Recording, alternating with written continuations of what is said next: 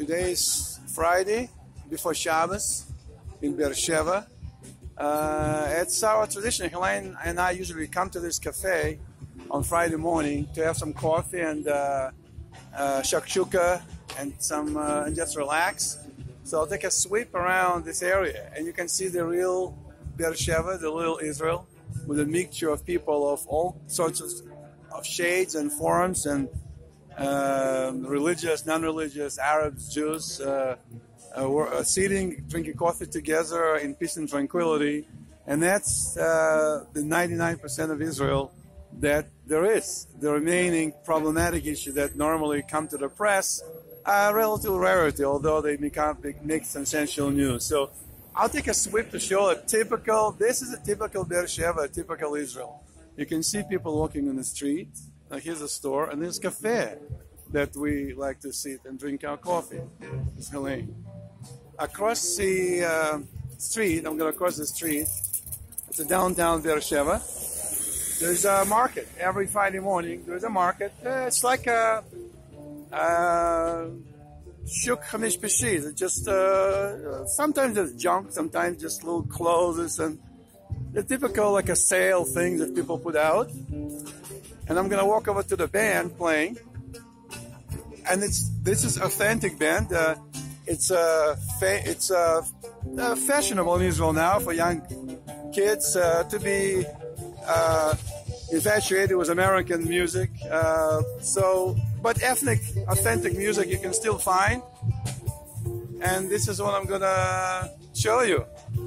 That's a typical Israel. That's the Israel. I'm going to record them for a few minutes. They're playing guitar, drums, and the guy's playing instruments. Yes, oud. Oud. Zaud. More like violin. Okay. מצוין. יופי. יופי. אתם טוב מאוד. איך קוראים בנד? ג'ויה. מה זה ג'ויה באנגלית? ג'וי. It's American עברית mix. ג'ויה. Look at this Sephardi music. Helene's heart melts when she hears to this type of music. Well, of course, this is a market.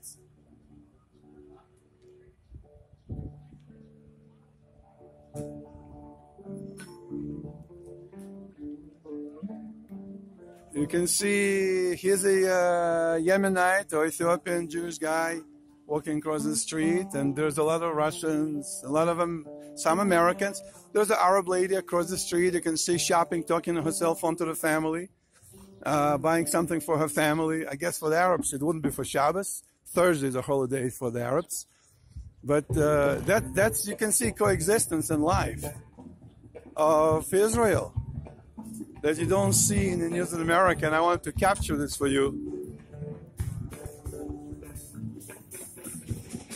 I parked down there on the street and put my pango table, cost me a couple of shekels. And here they sell pictures,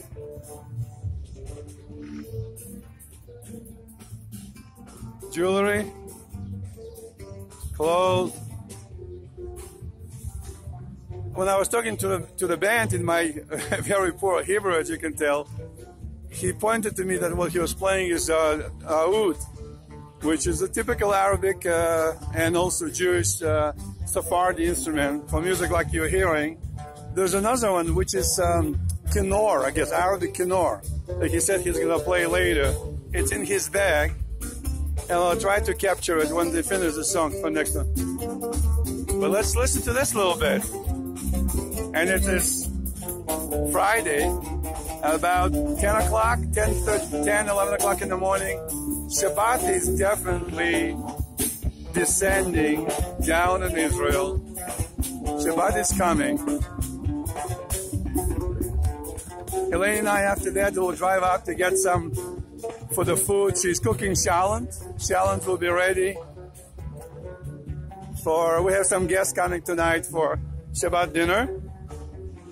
You can see also Arab ladies walking down the street on the other side toward the cafe.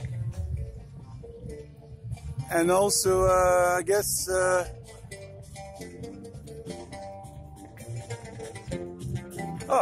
look at this sign, Beersheba Old Seed. I'm going to try to capture this so you can read. You can stop the tape and read about Beersheba.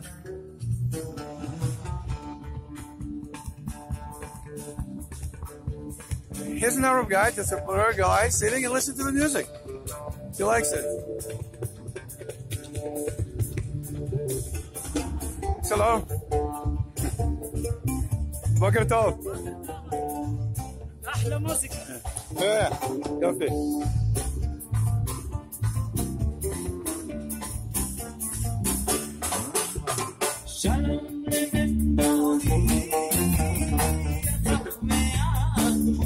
Listen to that.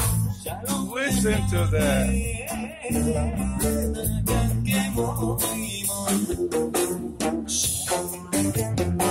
Where's Helene? Where is Helene? There she is. There she is.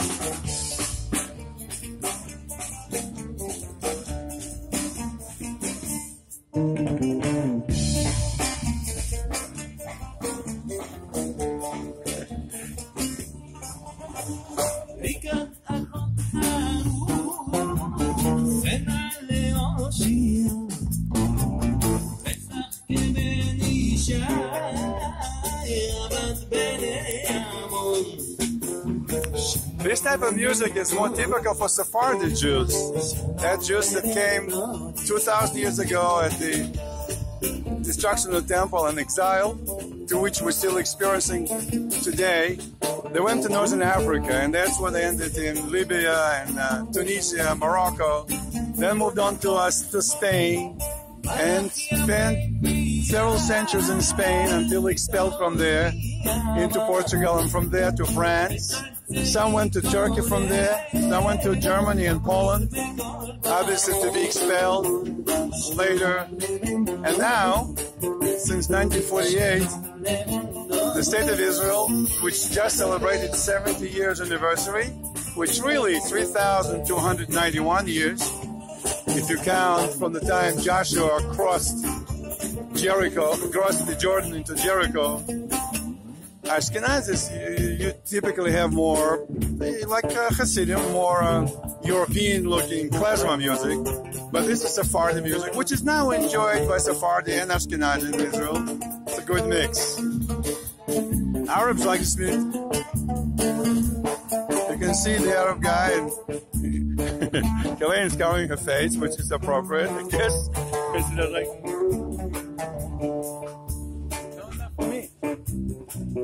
I do it for me. Go there. Go to the field. Go there. I don't know where you are.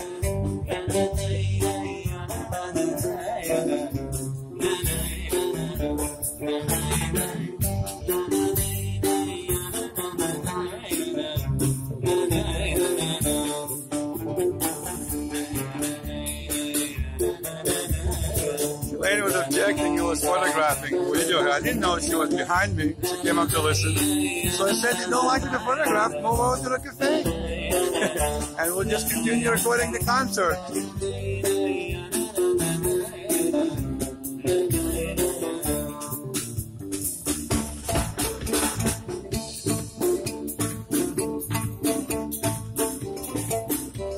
So this is the oud, oud, Arabic, like Arabic guitar sort of.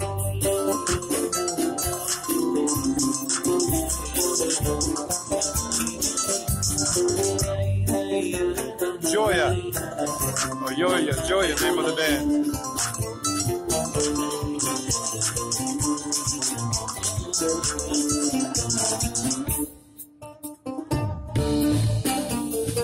Yofi, nice.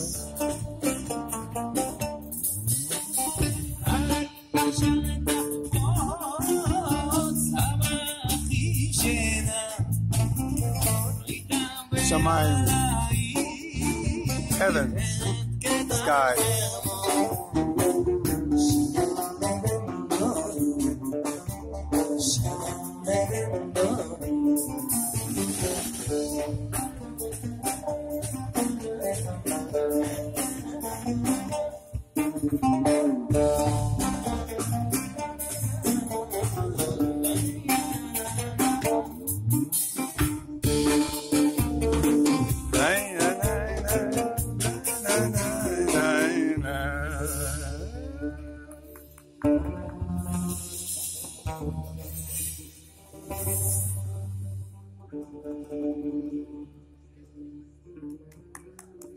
Yofi.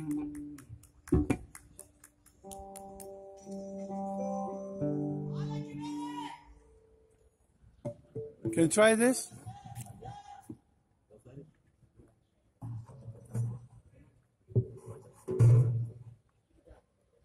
I asked him to use a different instrument now to show.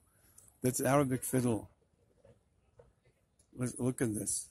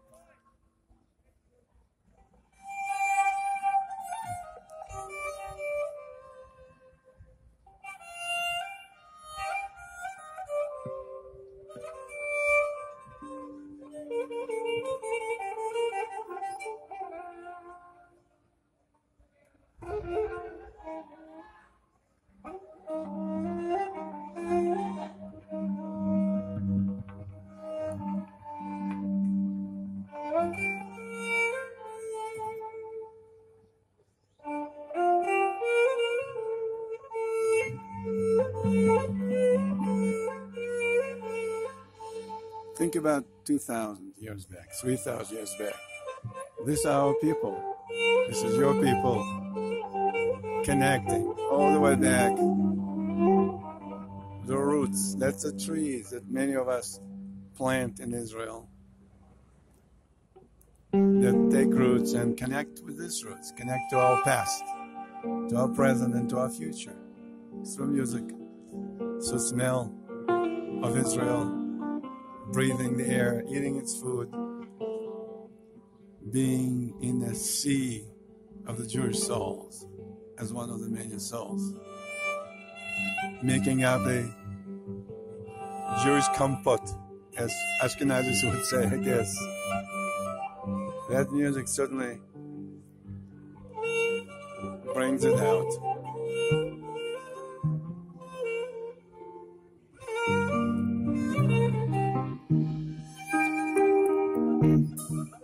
Let's take a little look at the sky. See if you find any signs on it.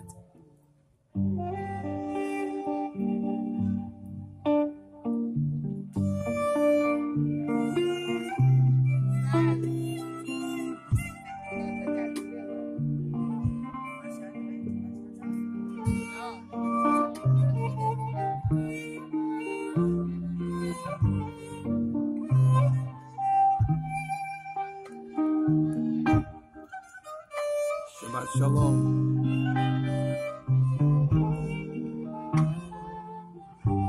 Shabbat Shalom.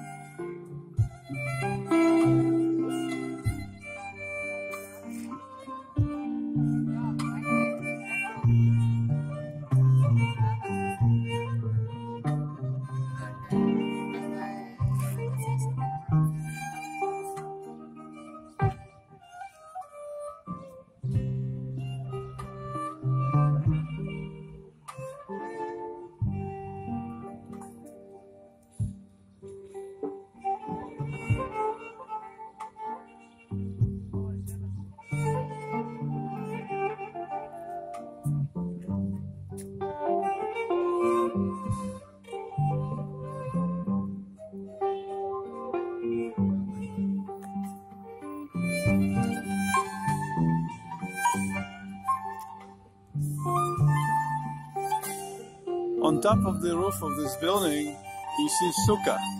It's not Sukkot yet, but that's a typical arrangement for when Sukkot comes in. Everybody will be building sukkahs. Helene and I did ours outside of our apartment, and many people do that. And that's a perfect open area. And sometimes after Sukkot, people don't even dismantle it. It stays on, just like in America, customarily Jews may put Sukkot. You have to dismantle some of that, I guess, halachically, and reassemble it for the next Sukkot. But most of it can stay and serve as a kind of auxiliary room even throughout the year. So that's a sukkah. That cover will be replaced at Sukkot with a proper shach, which is a proper roof of the sukkah that must be a certain amount of transparency in order to see the sky, the stars. And during the year, when halachically you don't need to have a sukkah, then it just gets transformed into just regular nice sitting booth, and then different ceiling is put in as a protection from the sun.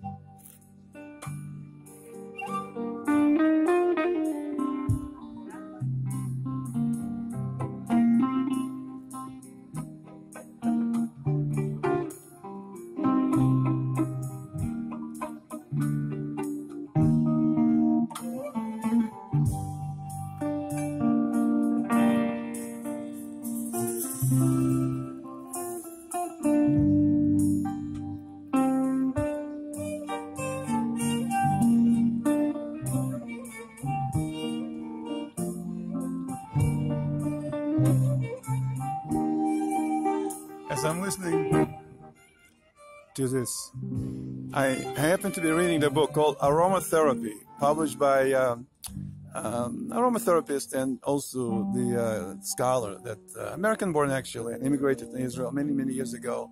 He lived in Modin, and in learning about aromatherapy and also the roots of that, of the present day incense and spices we use, dating back all the way to the temple. Those 11 ingredients, the sacred ingredients, we cannot mix these days. We're prohibited from doing that halachically until Mashiach, until Messianic days come. But the aromatherapy tells incenses, a prayer for incenses, we recite every day in the synagogues 3 times a day. Sephardi do it 3 times, Ashkenazi once on Shabbos. And that talks about healing powers of the aroma, connecting us directly with Garden of Eden. So when you think about that, the Garden of Eden, the smells go directly from a nasal sensors to the brain. And now you mix the smell and the sound, and you have Garden of Eden. Garden of Eden.